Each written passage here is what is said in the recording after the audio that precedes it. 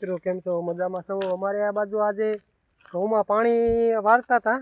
પેલું પાણી પાયું હતું ઘઉંમાં. જો પેલા પાણીમાં નવાણ થયું ને એમાં પાણી ભરાણું ને તો ઘઉં આપણે ક્યાંય ઘઉંનું નામ નથી, ઘઉં ઉગ્યા જ નથી ક્યાંય.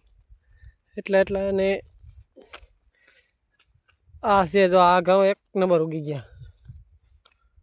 આ દેખાય ને આગળ આપણે થઈ ગયું ઘરના ઘઉં છે ને, પણ રોજ કાલે આવે રોજ ઘઉં ખાઈ ગયા અમારે. ને આ પાછા પછી પી ગયા ઘઉં. જો ને આ ઘઉંનો ક્યારો એક તો જુઓ તમે, નકરા ઘઉં નો સમજતા હો. ભેગું ધોકળ ને એવું બધું છે આમાં.